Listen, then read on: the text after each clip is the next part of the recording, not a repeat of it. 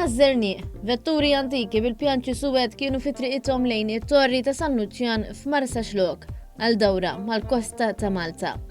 Kważi 200 karozza klassika parteċipaw f'din l-attività ta' 53 km biex b'donazzjoni żgħira minn kull karozza li tieħu sehem jinġabru fondi għal Malta Comunity Chest Fund.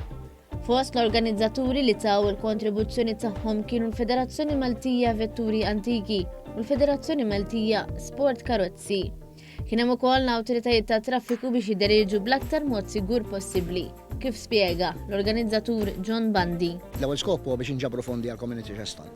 Palma jaf kulħadd ma qosaq tidħol fil-mertu tal-pandemija, tatna daqqa ta' pon mhux ħażin il-pandemija, u però l-bżonnijiet baqgħu hemm.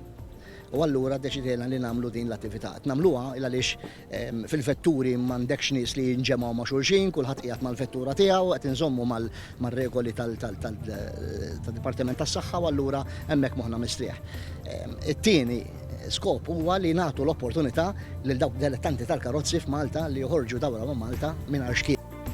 Il-President ta' Malta George Vella kien preżenti għall-attività u spjega kif attivitajiet bħal dawn huma utli biex ixerdu l-messaġġ tal-bżonn li ngħinu il-Comunity Chest Fund. L-ewwel qed nirringrazzjahom li jipparteċipaw u ħarġu. Hawn numru enormi ta' karozzi ġifieri kont nistenna daqshekk.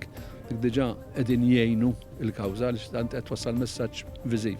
Però ovvjament imbagħad ta' kulħadd jaf li dan mhux qed nagħmlu kapriċċ veru li hawn minnu dilettantu jieħu pjaċir b'avvenimenti bħal dawn, però l-iskop prinċipali ovvjament huwa biex niġbru fondi għall Comunity Chest Fund.